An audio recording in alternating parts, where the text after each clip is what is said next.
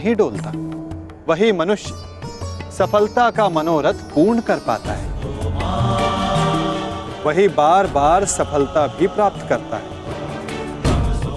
कार्य सफल हो या निष्फल, यदि उस कार्य के साथ फल की आशा जुड़ी है तो मनुष्य को हानि ही होती है। पार्थ,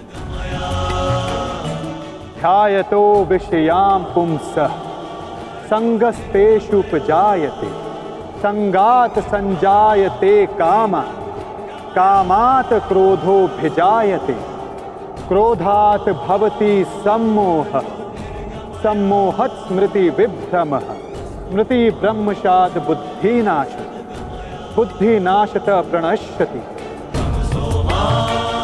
फल की आशा कामना है और कामना का स्वभाव है कि वो कभी भी पूर्ण रूप से संतुष्ट नहीं हो सकती।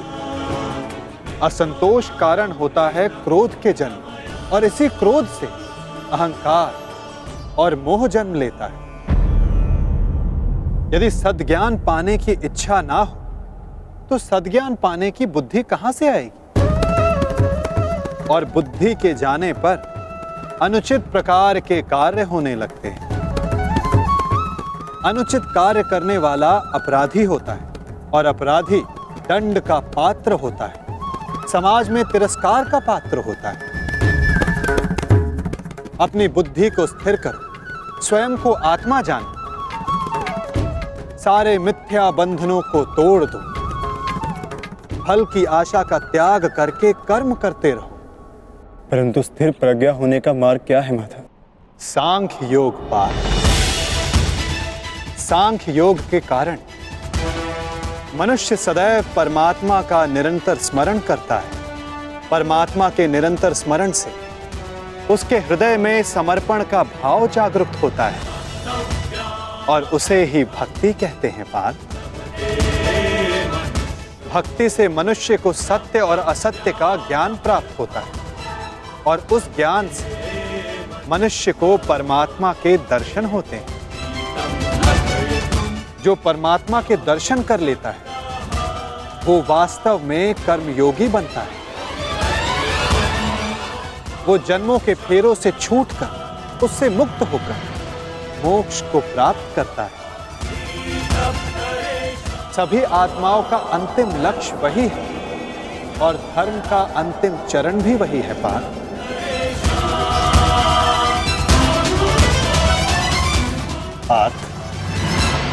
परमात्मा के दर्शन करने हेतु दृष्टि पर बंधी मोह, क्रोध, अहंकार और पूर्वाग्रह की पट्टी उसको उतारना आवश्यक होता है। पार्थ, यदि अंधेरे कक्ष में बैठा मनुष्य तुमसे यह पूछे कि मैं सूर्य के दर्शन कैसे करूं, तो उसे क्या कहोगे? पार्थ, उससे कहोगे कि अपना कक्ष त्याग कर आकाश के नीचे आ जा, सूर्य तो सदा उपस्थित है। उसी प्रकार सारा संसार ही परमात्मा है। एक पर ब्रह्म का भाग होकर पुरुष और प्रकृति बने। प्रत्येक शरीर में परमात्मा का अंश होता है और जो अपनी आत्मा के दर्शन कर लेता है उसे स्वयं परमात्मा के भी दर्शन हो जाते हैं। पार्थ, जिस प्रकार नमक के एक कण का स्वाद सारे सागर के स्वाद से भिन्न नहीं होता, उसी प्रकार आत्मा का दर्शन परमात्मा के दर्शन से भिन्न नहीं होता। पार्थ, क्या आप ही परमात्मा है माधव?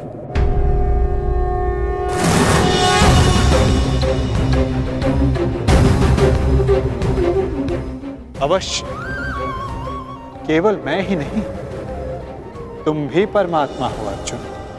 केवल तुम जागरूक नहीं, मैंने वो जान लिया है कि मैं ही समस्त संसार, इस संसार का कण कण हूं। मैं ही सूर्य, चंद्र, ग्रह और नक्षत्र हूं। मैं ही सारे मनुष्य हूं। मैं ही दुर्योधन हूं और मैं ही अर्जुन, मैं ही अर्जुन, मैं ही अर्जुन। आपके प्रति समर्पण ही परमात्मा के प्रति समर्पण क्यों नहीं हो सकता माधव? अवश्य पार्थ, मेरे प्रति समर्पण ही परमात्मा के प्रति समर्पण है। सर्वधर्मान् परित्यज्य मामेकं शरणं व्रज, अहं त्वां सर्व पापेभ्यो मोक्षयिष्यामि मा शुचः। जगत के सारे धर्मों को त्याग कर तुम मेरी शरण स्वीकार करो पार्थ। मैं ही भूमि हूं, मैं ही आकाश हूं, मैं सूर्य से भी पुरातन हूं।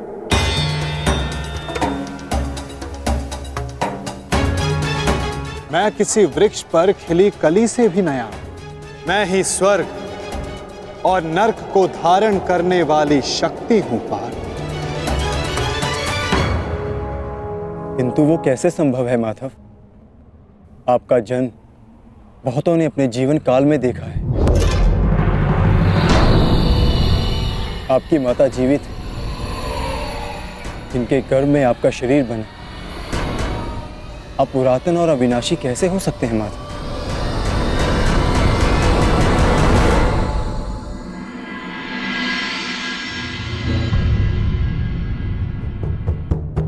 तुम शरीर को देख रहे हो पार्थ, और मैं आत्मा की बात कर रहा हूं।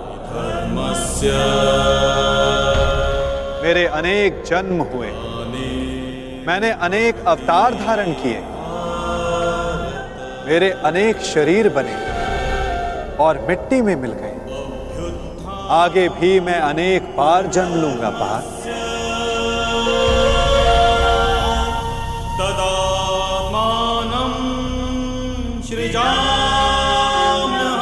यदा यदा हि धर्मस्य ग्लानिर्भवति भारत, अभ्युत्थानम् अधर्मस्य तदात्मानं सृजाम्यहम्।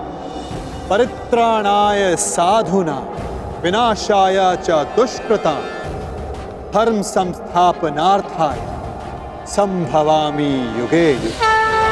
धर्मस्य ग्लानिर्भवति भारत,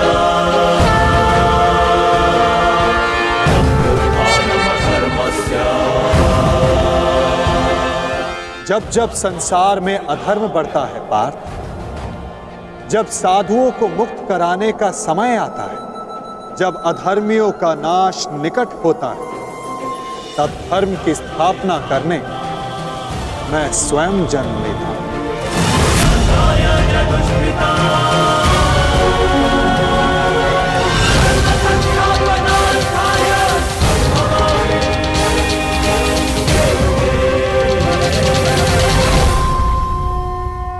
ही अविनाशी परमात्मा हूं। मैं ही मत्स्य अवतार भी था, मैं ही वामन था, परशुराम भी मैं ही, मैं रामचंद्र भी था, ब्रह्मा विष्णु महेश मैं, विद्या लक्ष्मी और काली मैं ना पुरुष ना स्त्री ना नपुंसक, मैं ना शरीर हूं ना शरीर का अंग हूं। मैं ही ज्ञान, मैं ही चैतन्य, मैं ही सृष्टि और मैं ही परब्रह्म।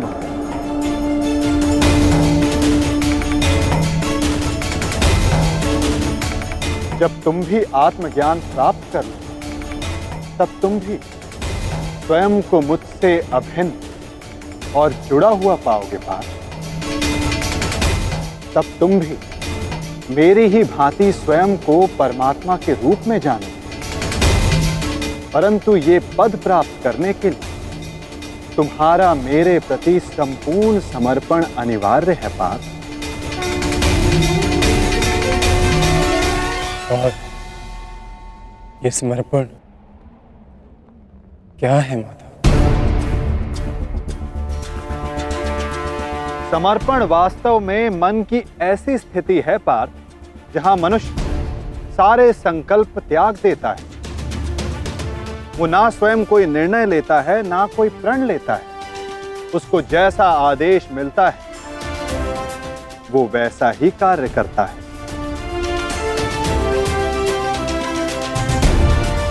वास्तव में समर्पण का अर्थ होता है जब कोई अपने आप को किसी को अर्पण कर दे। जब मनुष्य अपनी बुद्धि, अपना मन, अपना अहंकार, सब कुछ किसी को अर्पण कर देता है तो यही समर्पण भक्ति कहलाता है। और मनुष्य इसी समर्पित भक्ति से ईश्वर को प्राप्त करता है पार्थ।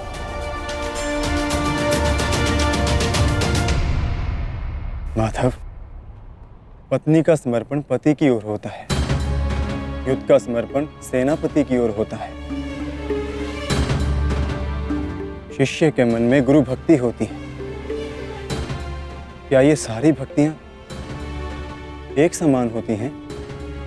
क्या इन सभी को ईश्वर की प्राप्ति होगी? नहीं पार्थ, मनुष्य जिसके प्रति समर्पित रहता है उसी के रूप में ढलने लगता है। उसके मन में ना संदेह जन्मता है ना प्रश्न। दुष्ट मनुष्य के प्रति जिसका समर्पण होता है उसके कार्य भी दूषित हो जाते हैं। अंगराज कर्ण धर्म को जानते हुए भी दुर्योधन के अधर्म को समर्पण दिया। इस समर्पण से कर्ण को ईश्वर की नहीं दंड की प्राप्ति हो।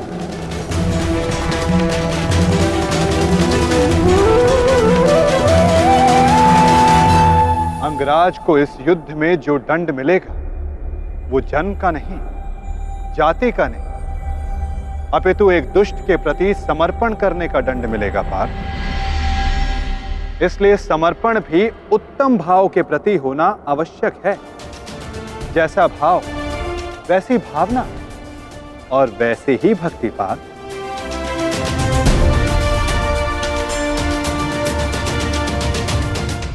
भक्ति वैसा ही परिणाम। माला यदि लोहे की हो तो उसे गले में धारण नहीं की जा सकती, उससे अपराधी को बांधा जाता है। उसी प्रकार स्वामी भक्ति, पति भक्ति, मित्र भक्ति, ऐसी अनेक भक्ति होती है पार्थ, परंतु श्रेष्ठ भक्ति केवल परमात्मा की होती है।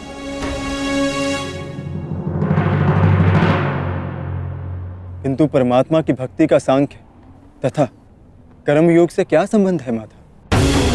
सांख्य योग से मनुष्य आत्मा को जानता है और कर्म योग से मनुष्य जीवन के संबंधों से मुक्त हो जाता है।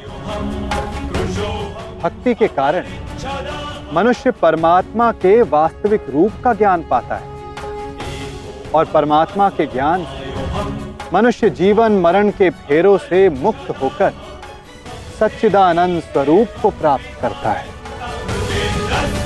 जैसे जल की एक छोटी सी बूंद सागर में समाकर स्वयं सागर बन जाती, उसी प्रकार मनुष्य परमात्मा में समाकर परमात्मा बन जाता है। अर्थात इस शरीर का कोई महत्व नहीं माधव। शरीर का महत्व अवश्य है पार्थ, क्योंकि यही माध्यम है कर्म करने का। जिस प्रकार एक योद्धा के लिए शस्त्र आवश्यक, ठीक उसी प्रकार एक जीव को अपना लक्ष्य प्राप्त करने के लिए शरीर आवश्यक है। इस शरीर के माध्यम से परमात्मा का साक्षात्कार संभव है।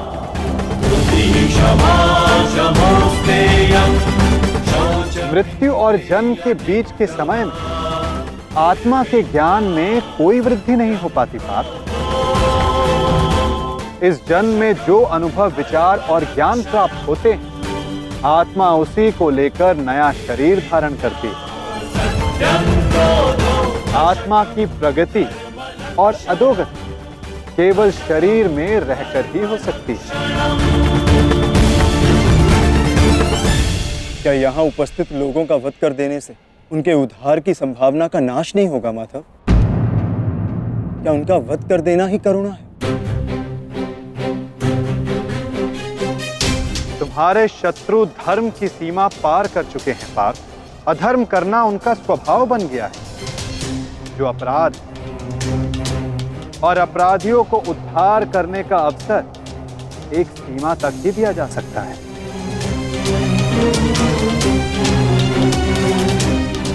मैंने शिशुपाल के 99 अपराधों को क्षमा किया, परंतु 100 अपराध के पश्चात उसे दंड देना अनिवार्य था। यदि एक अपराधी को अपराध करने दिया जाए तो उसका अधिक से अधिक पतन ही होता है। उसे अधर्म से रोकने में ही करुणा है पार्थ। और ये आत्माएं मरेंगी नहीं, अधर्म से दूषित हुए शरीर का त्याग करेंगे। उस शरीर में प्रगति की संभावना अधिक होती है पार्थ। इस दृष्टि से तुम्हारा इन सब का वध करना उचित है।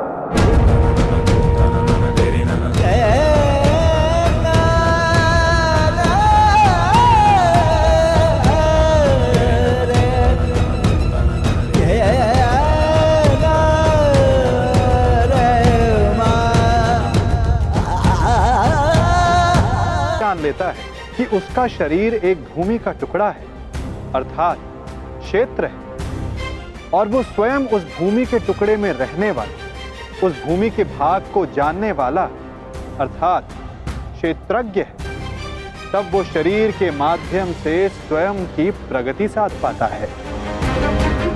आत्मा शरीर में रहकर 3 गुणों का संतुलन करती है। वो तमस गुण को कम करके सत्व गुण को बढ़ाने का उपाय करती है और ईश्वर की भक्ति करके वो परमात्मा के साथ एक हो जाती है। भक्ति कैसे की जाती है माधव? क्या समर्पण ही भक्ति नहीं? नहीं पार्थ, समर्पण भक्ति का प्रथम चरण है। भक्ति किसी कार्य का नाम नहीं, भक्ति मनुष्य के मन की स्थिति का नाम है। मनुष्य के लिए आवश्यक है कि वो जाप ताप याग यज्ञ यम नियम योग स्वाध्याय से अपने अंतर को पवित्र रखे और परमात्मा को समर्पित रहे। अपने सारे कार्यों का फल, जीवन का प्रत्येक श्वास परमात्मा को समर्पित करता रहता है। यदि भक्ति केवल मन की स्थिति है तो जप तप आदि का क्या महत्व है माधव? जिस प्रकार आज का धुला हुआ पात्र कल को मलिन हो जाता है, ठीक उसी प्रकार मनुष्य का मन परमात्मा की भक्ति से बार बार विमुख हो जाता है पार्थ। इसलिए आवश्यक है कि मनुष्य जाप ताप स्वाध्याय के माध्यम से स्वयं को निरंतर स्मरण करवाता रहे कि उसका जीवन परमात्मा को समर्पित है। भक्ति का केवल एक ही सार है पार्थ कि मनुष्य अपना सारा जीवन परमात्मा को अर्पित करके भक्ति करता रहे और सत्व गुण से युक्त संपत्ति को संभाल कर रखे। सत्व गुणी संपत्ति किसे कहा जाता है माधव? अहिंसा सत्यम अक्रोध त्यागा शांति रपय सुनम दया भूतेषु अलोलुत्वम मार्दवम प्रिय चापन तेज क्षमा धृति शौच अद्रोहो नातिमानिता भवन्ति संपदम दैव अभिजातस्य भारत। बिना कारण तथा स्वार्थ के हेतु हिंसा करना अधर्म है पार्थ। अहिंसा ही वास्तव में परम धर्म है। उसके साथ सत्य, क्रोध का ना होना, त्याग, मन में शांति, निंदा ना करना, दया भाव रखना, दुखों के प्रति आकर्षण ना होना और अकारण कार्य ना करना। तेज क्षमा धैर्य, शरीर की शुद्धता, धर्म से दो राह ना करना और अहंकार का ना होना, इन सभी गुणों को सत्व गुणी या दैवी संपत्ति कहा जाता है पार्थ। इसी से मनुष्य परमात्मा की अर्थात मेरी भक्ति कर पाता है पार्थ। जो मेरी भक्ति करता है वो इस जीवन के कर्तव्यों का वहन करता है, धर्म की स्थापना करता है और कर्म के फलों की इच्छा किए बिना उनकी आशा त्याग कर अपना जीवन जीता है पार्थ, उसे मैं इस जन्म में संतोष देता हूं तथा मृत्यु के पश्चात अपने में स्थान देता हूं पार्थ। जो रूप सबको अपने में स्थान दे दे, आपका वो रूप कैसा है माधव? कौन हैं आप? सांख्य के माध्यम से मैंने जाना है कि मैं आत्मा हूं, अमर हूं, जो नाशवंत शरीर में केवल वास करता हूं। और कर्मयोग के माध्यम से मैंने जाना है कि फल की इच्छा को त्याग कर केवल कर्म करने से ही मन को शांति और जीवन में सफलता प्राप्त होगी। और भक्ति योग के माध्यम से मैंने आपके प्रति समर्पण का महत्व जाना है। किंतु आपके प्रति संपूर्ण श्रद्धा से समर्पित होने की इच्छा होते हुए मन से संशय नहीं जा रहा। आपके सारे ज्ञान को प्राप्त करने के पश्चात भी मेरी बुद्धि स्थिर नहीं हो पा रही माधव। इस रणभूमि में मुझे अब भी चारों ओर मनुष्य ही दिखाई दे रहे हैं। आपने कहा था कि मनुष्य है ही नहीं, सब स्थान पर परमात्मा है।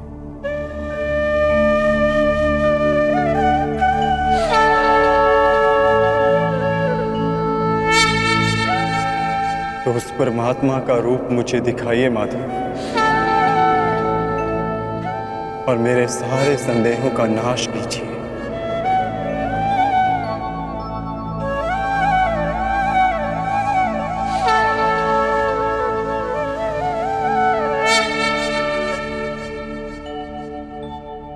तो देखो पार्थ,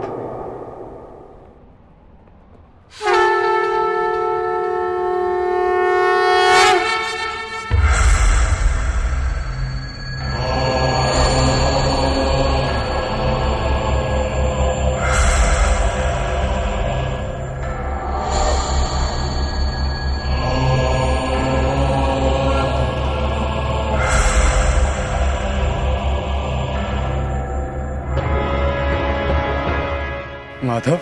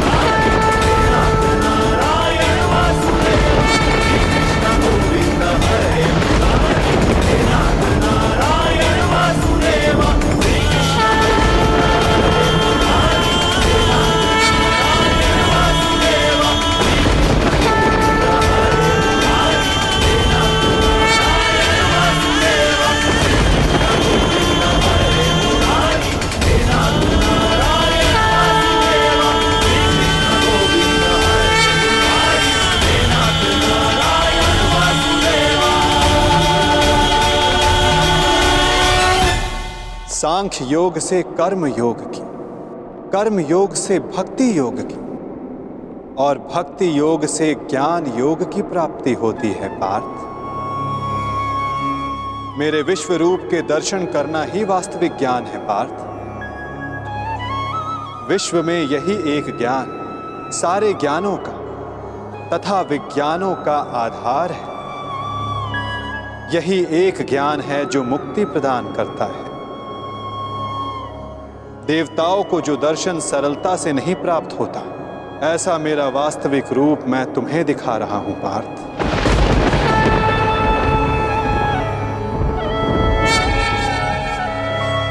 बीजम मम सर्वभूताना विधि पार्थ सनातना बुद्धिर बुद्धिमतम अस्मि तेजस तेजस्विनम अहम्।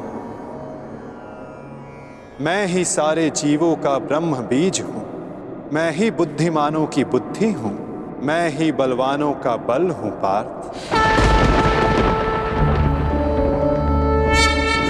मैं पृथ्वी के कण कण में वास करता हूं। सारी पृथ्वी, सूर्य, चंद्र, ग्रह, नक्षत्र, तारा मंडल और समस्त ब्रह्मांड मेरे भीतर वास करते हैं।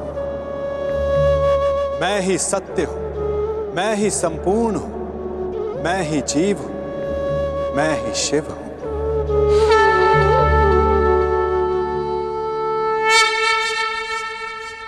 अक्षरों में आकार हूं, वेदों में सामवेद हूं, देवों में इंद्र हूं, प्राणियों में चेतना हूं, रुद्रों में शंकर हूं, हवन में अग्नि हूं, धन में कुबेर हूं, पर्वतों में सुमेरु हूं, ऋषियों में भृगु हूं, ध्वनियों में ओंकार हूं, यज्ञों में जाप हूं, वृक्षों में पीपल हूं,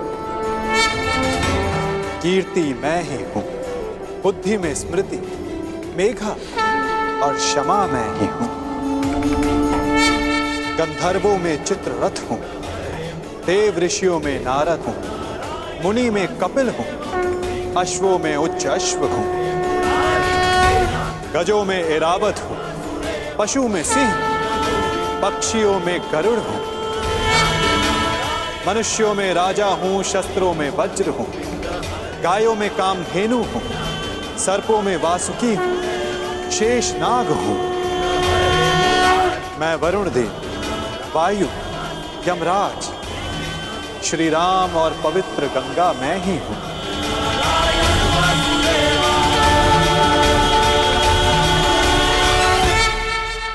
सृष्टि का आदि, मध्य तथा अंत मैं हूं। ब्रह्म विद्या हूं, महाकाल हूं, ब्रह्म हूं, प्रभाव हूं।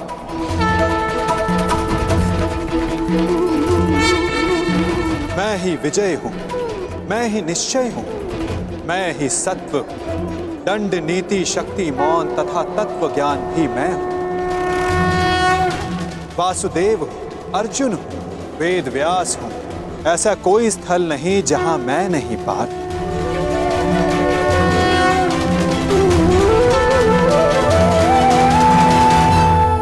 ही समय हूं, मैं ही काल हूं, मैं ही मृत्यु भी हूं पार्थ। और यहां उपस्थित सभी मनुष्यों की मृत्यु बन के भी मैं ही खड़ा हूं पार्थ।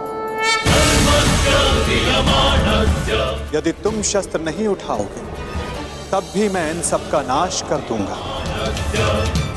अपने मोह को त्यागो पार्थ, अपने कर्तव्य को देखो, धर्म का भार उठाओ, अपना गांडीव उठाओ और सर संतान करो पार्थ। युद्ध करो, युद्ध करो पार्थ।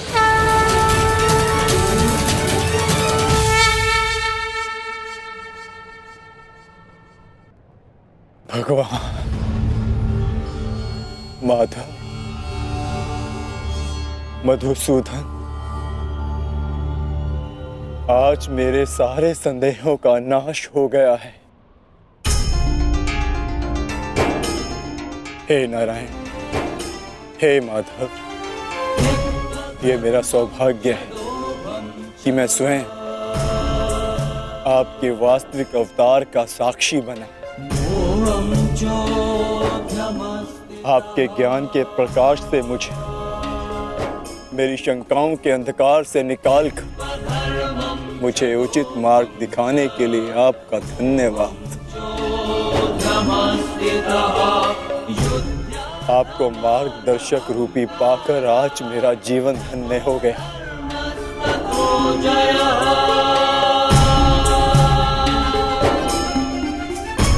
अब मैं आपसे विनती करता हूं कि आप अपने वासुदेव कृष्ण रूपी अवतार में पुनः लौट आइए, और मैं वचन देता हूं कि मैं अर्जुन पूर्ण रूप से आप पर विश्वास करके अपने कर्तव्य का पालन करूंगा।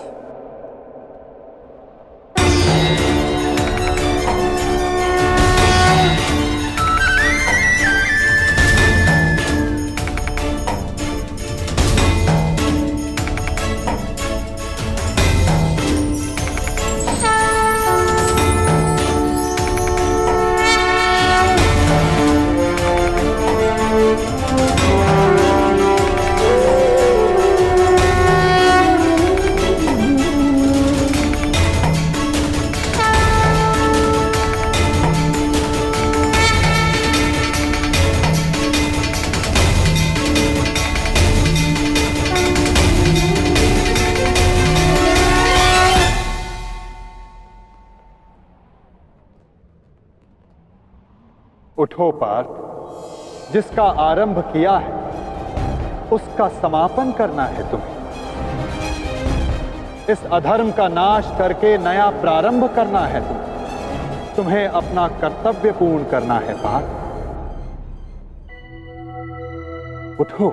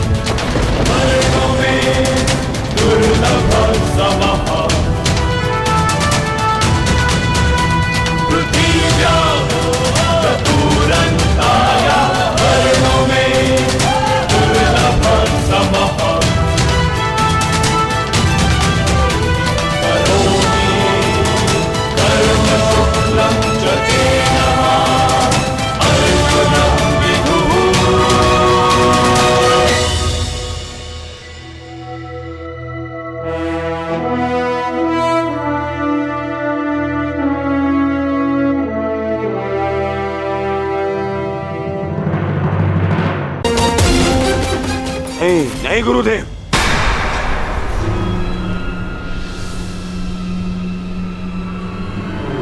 मैं इतना कुछ खो चुका हूं कि अब जब तक मेरा प्रतिशोध पूर्ण ना हो जाए ये युद्ध समाप्त नहीं हो सकता। और ना ही मैं अपनी प्रतिज्ञा पूर्ण होने से पूर्व इस युद्ध को समाप्त होने दूंगा।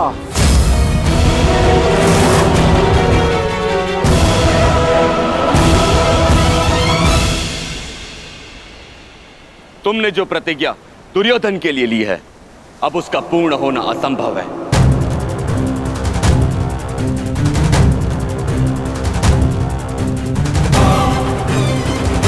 क्योंकि गदा युद्ध में कमर से नीचे प्रहार करना नियम के विरुद्ध है, और तुमने प्रतिज्ञा ली है दुर्योधन की जंगा तोड़ने की।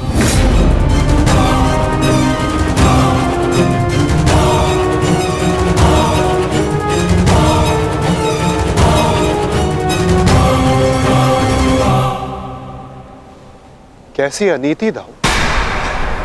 महामहिम भीष्म के बाणों की शैया पर जाने के पश्चात इस युद्ध में कोई नीति शेष नहीं रही दाऊ। और फिर आपने तो स्वयं को इस युद्ध से विमुख रखा था ना। आप इस युद्ध में भाग नहीं ले सकते दाऊ।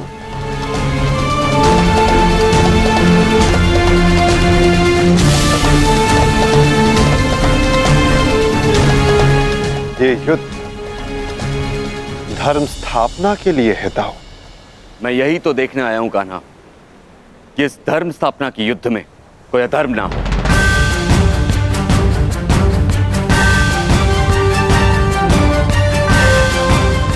निश्चित रूप से मैं इस युद्ध में सम्मिलित नहीं होऊंगा, परंतु शरणागत की पुकार सुनना मेरा धर्म है।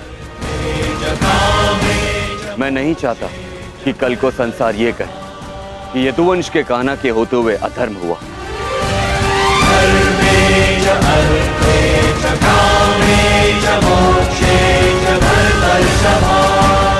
यदि ये दोनों युद्ध करना चाहते हैं तो करें।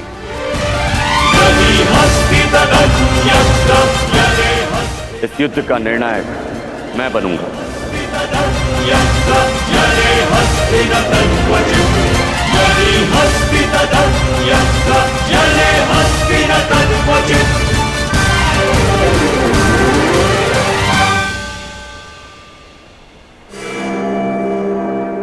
और स्मरण रहे, जिसने भी इस युद्ध में नियमों का उल्लंघन करके विजय पाई, उसे मैं स्वयं अपने हल से समाप्त कर दूंगा।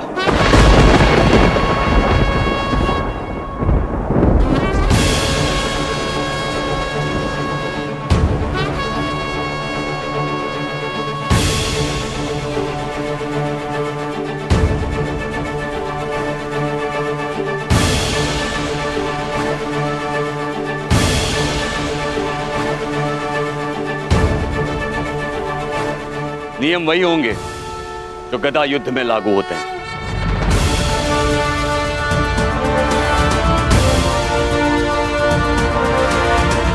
और युद्ध में कोई भी योद्धाओं के मध्य नहीं आ सकेगा।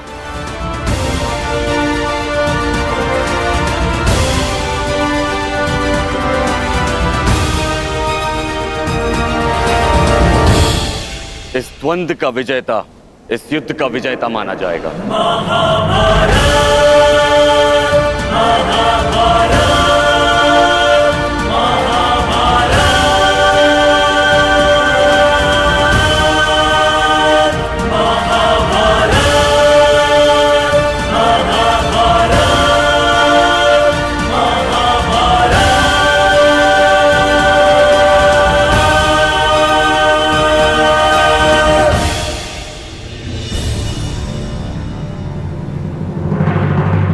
अब धर्म स्थापना का भार तुम्हारे कंधों पर है विकोदर।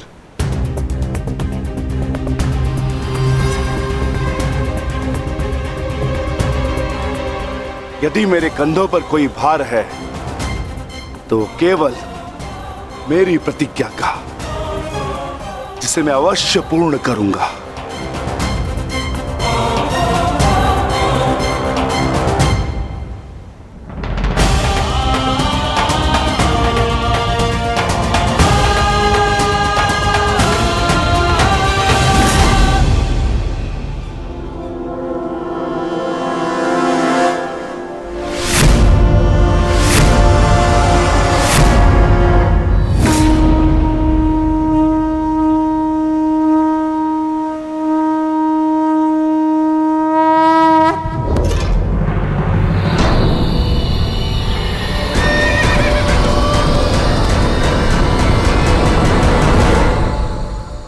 युद्ध प्रारंभ करो।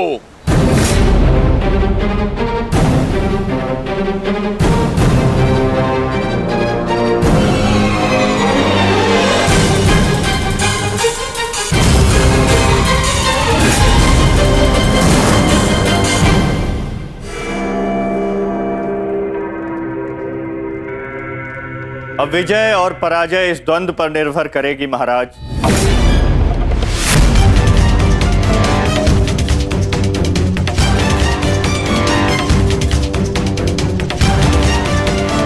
एक ओर प्रतिशोध है तो दूसरी ओर प्रतिज्ञा।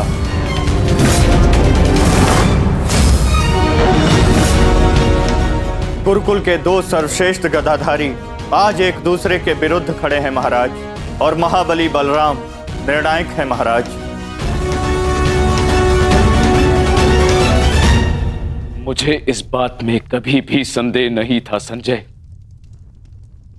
कि मेरा पुत्र भीम से श्रेष्ठ गदाधारी है। मुझे पूर्ण विश्वास है कि मेरा पुत्र भीम को अवश्य परास्त करेगा।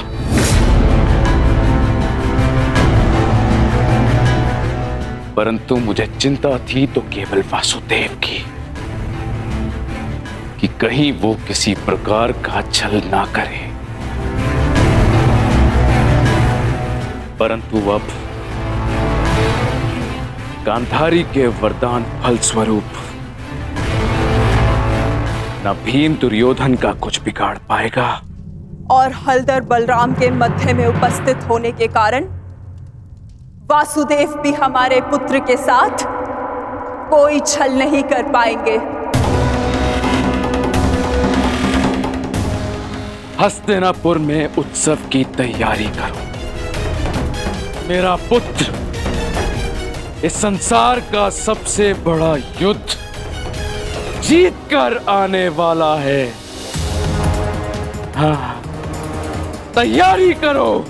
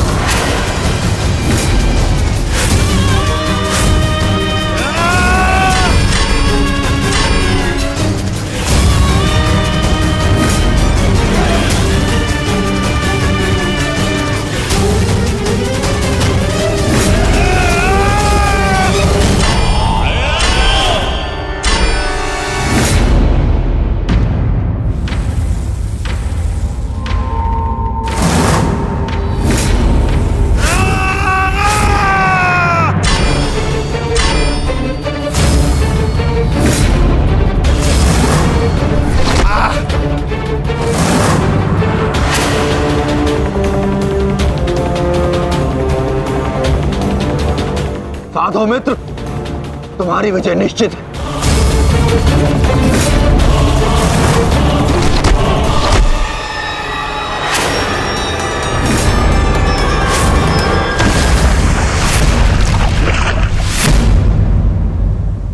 माधव, यदि ऐसा ही चलता रहा तो भीम दुर्योधन के आगे अधिक समय तक टिक नहीं पाएगा।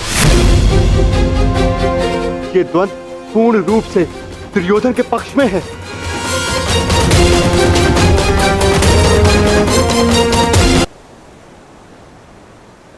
धर्म स्थापना का मार्ग सरल कहां होता है धर्मराज?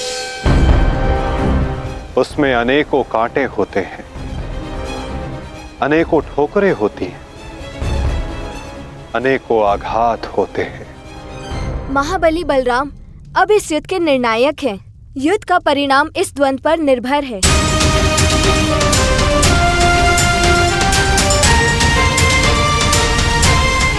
माधव, आप क्या यूं ही देखते रहेंगे?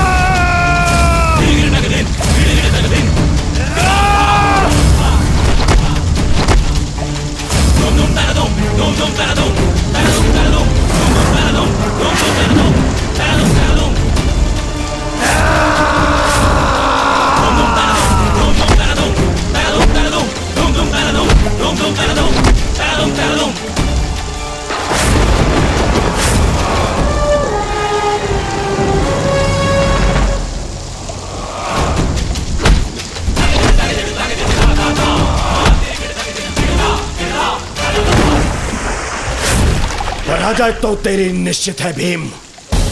फिर क्यों पराजय के साथ साथ मृत्यु का भी आह्वान कर रहा है? टेक दे, मेरे समक्ष अपने घुटने टेक दे, अन्यथा आज तेरा जीवन मृत्यु के समक्ष घुटने टेक देगा। जब मेरे ज्येष्ठ कर्ण ने मरते समय अपना धर्म नहीं छोड़ा तो उनका यह अनुज कैसे छोड़ सकता है? अब यह युद्ध हम में से किसी एक के मृत्यु के पश्चात ही समाप्त होगा। नहीं, वो तेरा ज्येष्ठ नहीं था, कोई संबंध नहीं था तुम्हारे साथ में उसका, क्योंकि कोई अनुज अपने ज्येष्ठ की इस तरह मृत्यु नहीं करता, वो भी छल से। वो केवल मेरा था, मेरा मित्र था वो। तुम्हारा उसके साथ में कोई संबंध नहीं था कोई संबंध।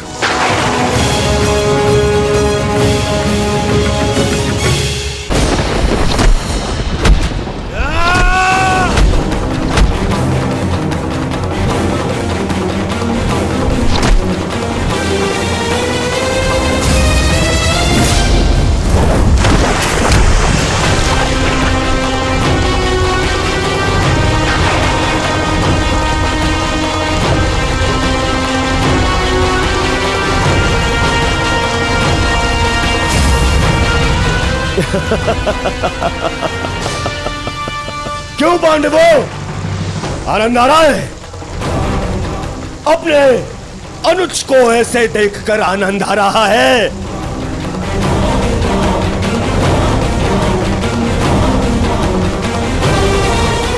इसी के सहारे इस युद्ध में विजय प्राप्त करने का स्वप्न देखा था ना तुम लोगों ने?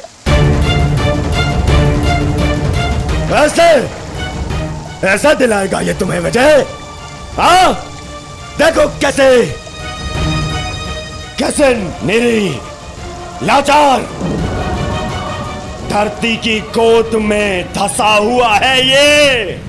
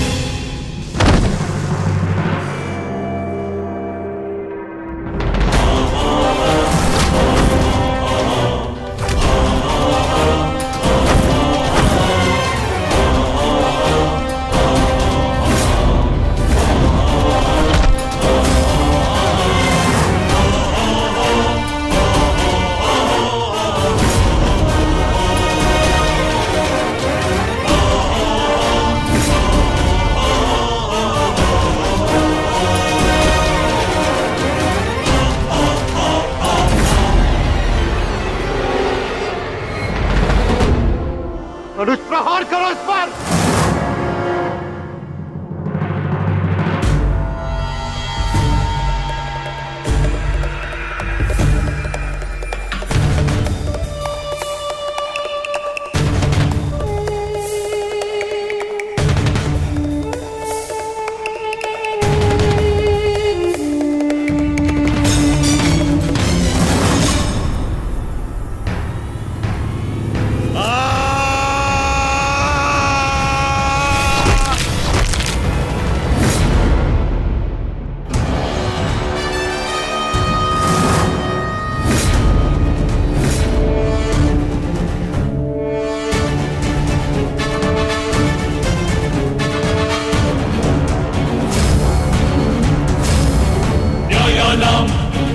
अधिकाराणां प्राप्त्यर्थं साम्राज्यर्थं न्यायानाम् अधिकाराणां प्राप्त्यर्थं साम्राज्यर्थं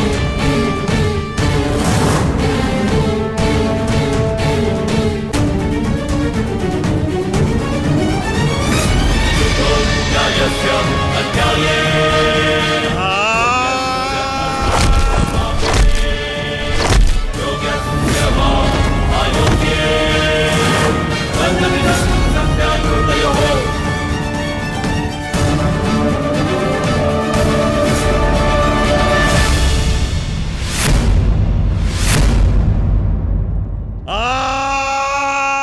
ये हो क्या रहा है?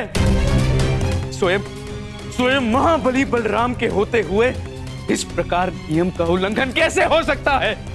बलराम को कुछ करना होगा। ये छल है बॉस।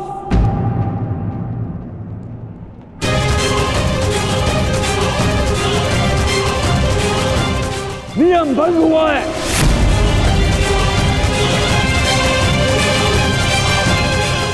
रुक जाइए दाऊ। आपने कहा था कि जो नियम भंग करके विजय प्राप्त करेगा तो आप उसे दंड देंगे, किंतु अभी जय विजय का निर्णय नहीं हुआ है दाऊ। आप भीम को अभी दंडित नहीं कर सकते।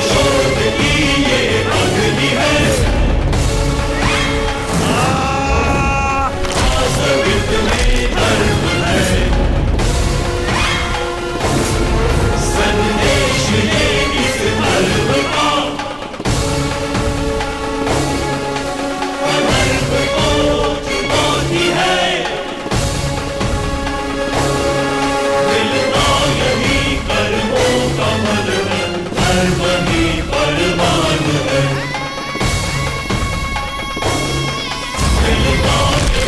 बात ही कर्मों का बंधन, धर्म ही परवान है।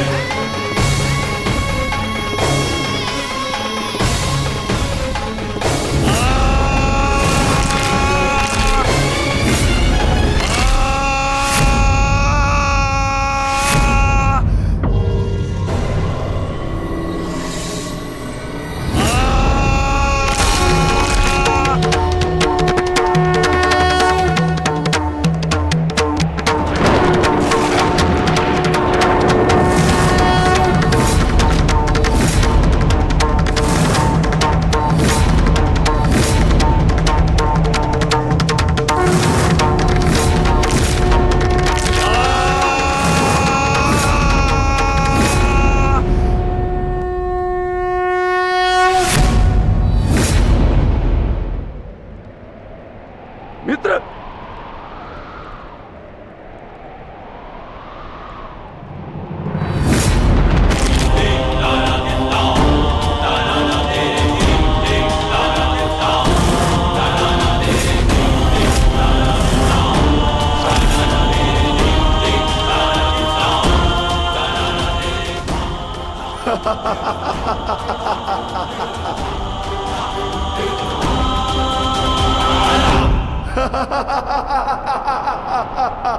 अंत हो गया, अधर्म का अंत हो गया।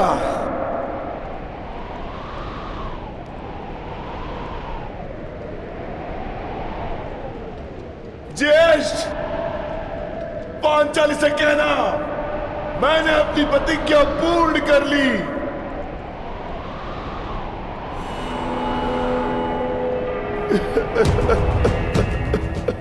मैंने अपनी प्रतिज्ञा पूर्ण कर ली, पूर्ण कर ली, पूर्ण कर ली। ये 100 हाथी के बल वाला भीम 100 भ्राताओं का हत्यारा बन बैठा।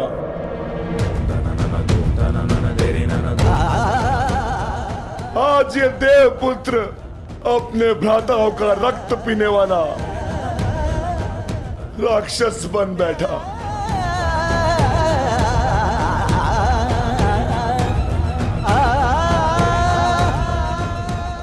मैंने अपनी प्रतिज्ञा पूर्ण कर ली पांचाली। तुम्हारे अपमान का प्रतिशोध मैंने ले लिया। इस महायुद्ध में, इस महाभारत में मैं विजयी हो गया।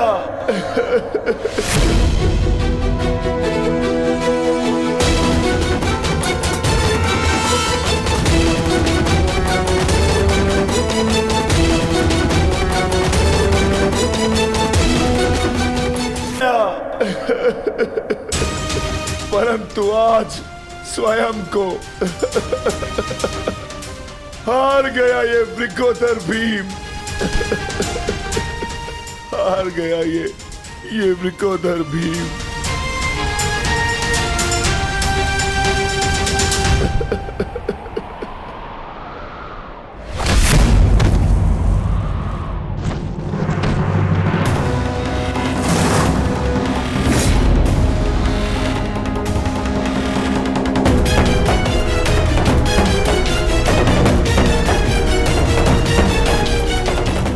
मैंने कहा था ना भीम, यदि किसी ने नियम तोड़कर विजय पाई तो मैं स्वयं उसके प्राण हर लूंगा।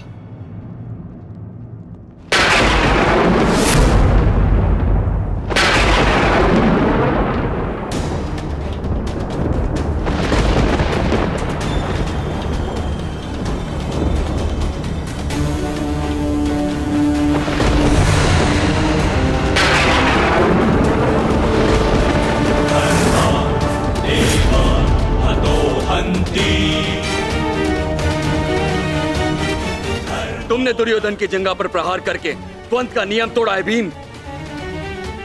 अब मैं तुम्हें जीवित नहीं छोड़ूंगा। धर्म स्थापना के लिए यह आवश्यक था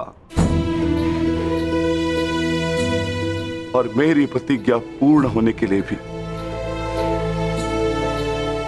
माधव ने मुझे मार्ग दिखाया। परंतु माधव के ज्येष्ठ मुझे यम के मार्ग पर भेजना चाहते हैं तो मैं उसके लिए भी सच्चा हूं। श्री बलराम। हाँ बलराम, अंत कर दो इस दुष्ट का। ये हत्यारा है, इसने मेरे 100 पुत्रों की निर्दयता से हत्या की है। जिन पांडवों ने मेरे वंश के वृक्ष की जड़ों को काटा है, काट डालो उनके वंश के वृक्षों को। ये क्या अनर्थ हो गया महादेव। आपके दिए गए वरदान के पश्चात भी ये माता अपने पुत्र अपने दुर्योधन को उस कृष्णा के छल से नहीं बचा पाए। ये कैसा न्याय है आपका। इसने 100 पुत्रों के गर्वित पिता को पुत्रहीन कर दिया। इसने एक अंधे के सभी स्वप्नों को अंधकार में डाल दिया।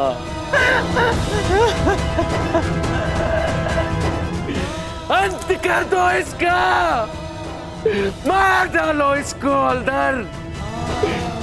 यदि मुझे कोई तर्पण करने वाला जीवित नहीं तो इनका तर्पण करने वाला भी शेष नहीं होना चाहिए।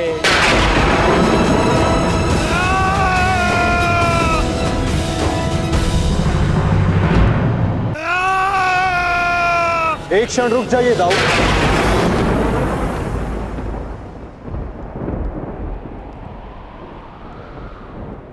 नहीं कान्हा, अब मत रोकना मुझे। अब मैं बंदित नहीं हूं। मैं अधर्म को तो नहीं रोक पाया, परंतु अधर्मी का नाश अवश्य करूंगा।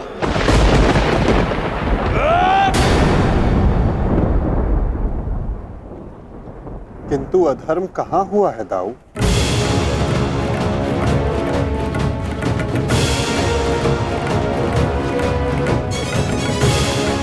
भीम ने नियम भंग करते हुए दुर्योधन की जंघा पर प्रहार किया। क्या यह अधर्म नहीं? तुमने स्वयं अपनी आंखों से देखा है कान्हा, फिर भी तुम मुझसे प्रश्न कर रहे हो? हाँ दाऊ, क्योंकि ये प्रश्न उचित है।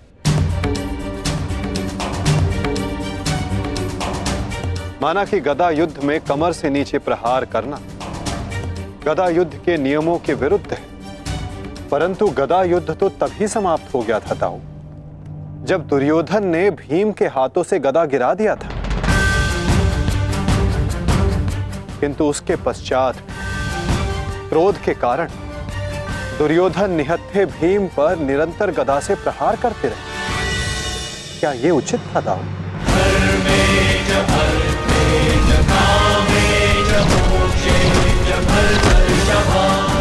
नियम तो दुर्योधन ने तोड़ा था,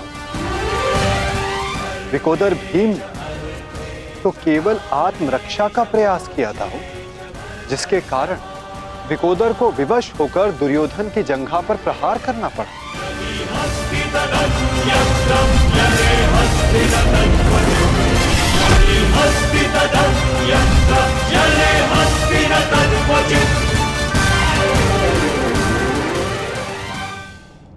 और दाऊ, स्मरण रहे, नियमों को भंग करना तो दुर्योधन ने प्रारंभ किया। दाऊ, जब दो योद्धा आपस में युद्ध करते हैं तो वो एक दूसरे को उकसाते हैं, किंतु किसी की कुल वधू का मान मध्य में लाना और उसका अपमान करना क्षमा योग्य नहीं होता है दाऊ। आप क्या चाहते थे दाऊ? कि दुर्योधन इस युद्ध में विजयी हो जाए और पांचाली को अपनी जंघा पर बैठा।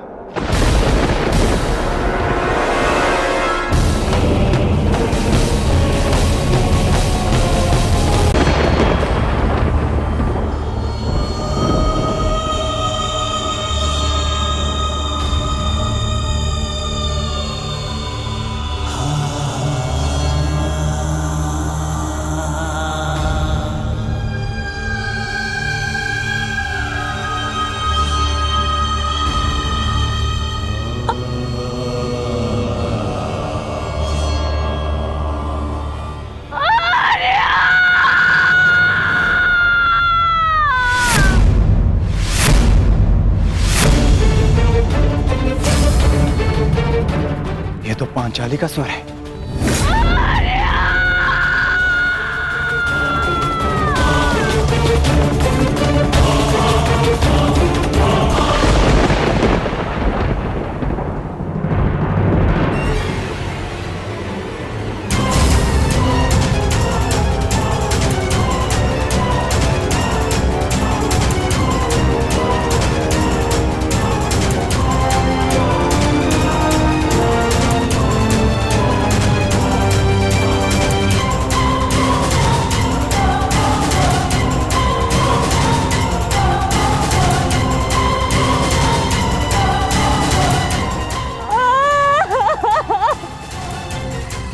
ये सब क्या हो गया? पुत्रो!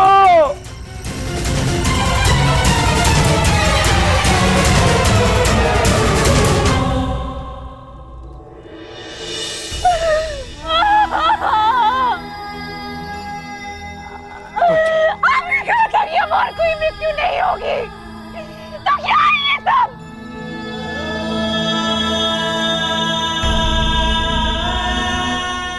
आपने कहा था कि युद्ध समाप्त हो चुका है, तो मेरे किस बात का प्रतिशोध है? बताइए धर्मराज। ये सब क्या हो गया? किसने किया ये पांचाली? किसने? मैंने नहीं देखा, वो दूर भाग रहा था। बस अंधकार में उसका मस्तक चमक रहा था, जैसे मणि,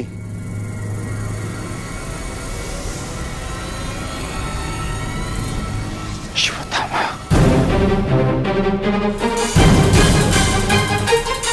अश्वत्थामा!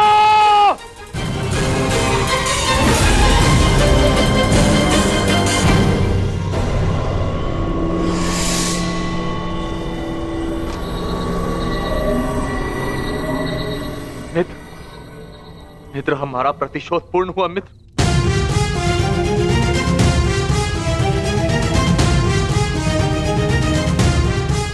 मित्र, उठो मित्र, हम जीत गए मित्र। मैंने तुम्हें विजय दिला दी मित्र। मैंने पांचों पांडवों और अपने पिता के हत्यारे का वध कर दिया मित्र। देखो,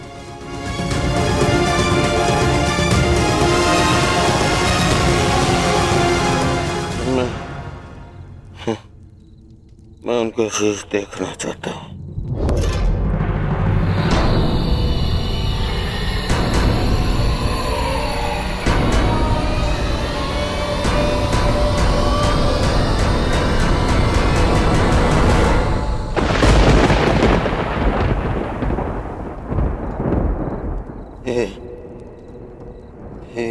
ये पांडव नहीं है।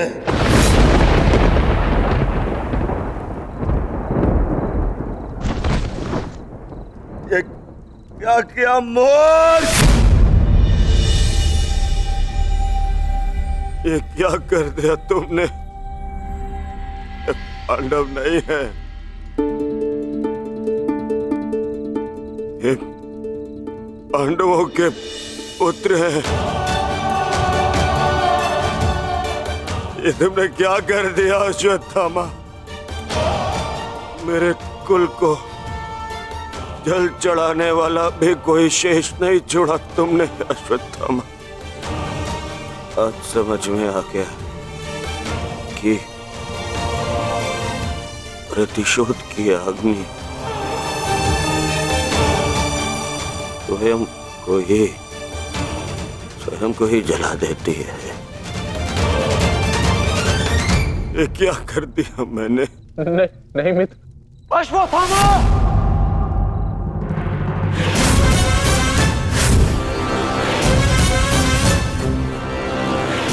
ये तुम्हारा निर्णय था अश्वत्थामा। मेरे लिए तो युद्ध समाप्त हो गया था। अब इस संकट को तुम ही झेलो।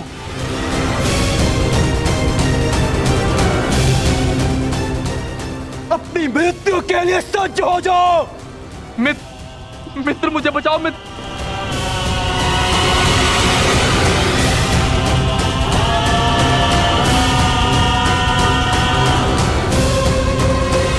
अश्वत्थामा!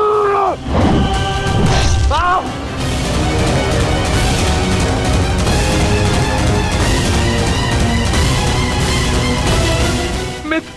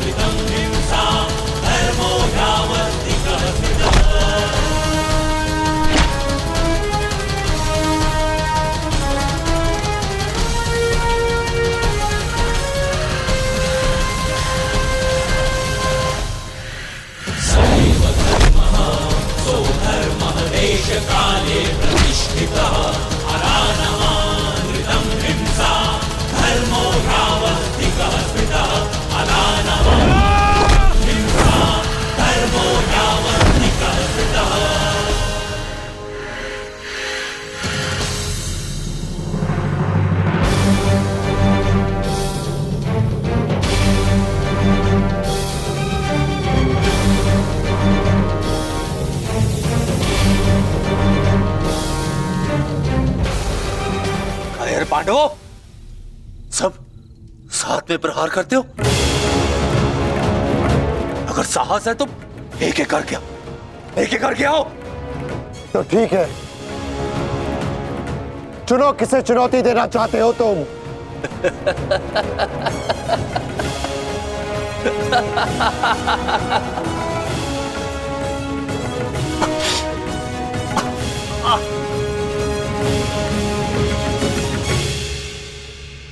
मैं धनुर्धारी हूं, इसलिए धनुर्धारी अर्जुन को चुनौती देता हूं।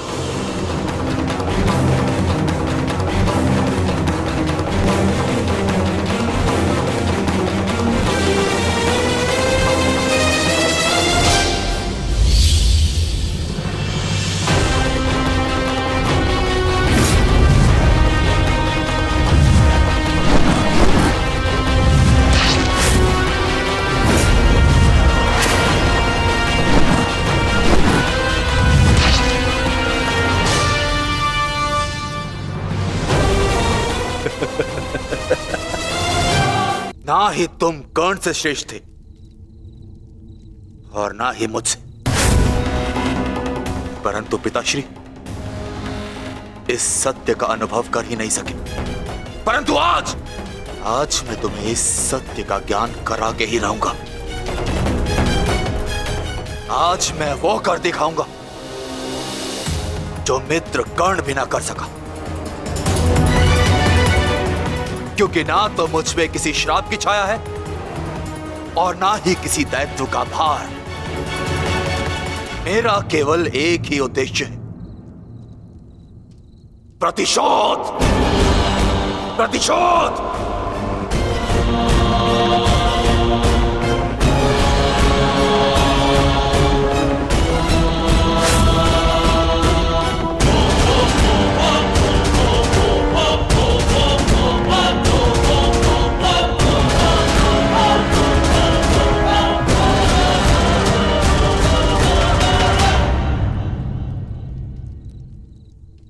ब्रह्मास्त्र।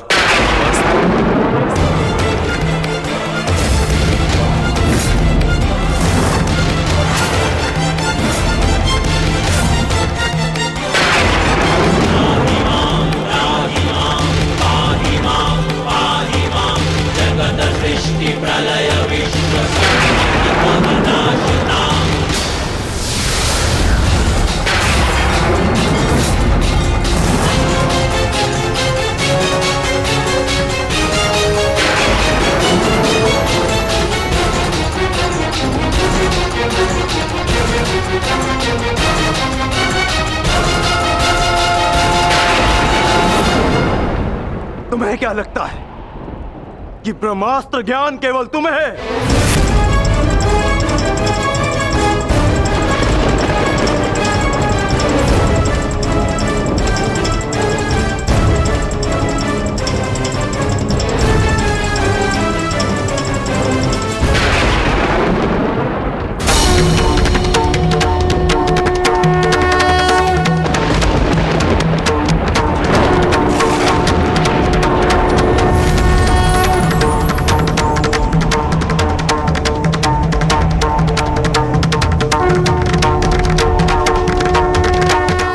पार्थ,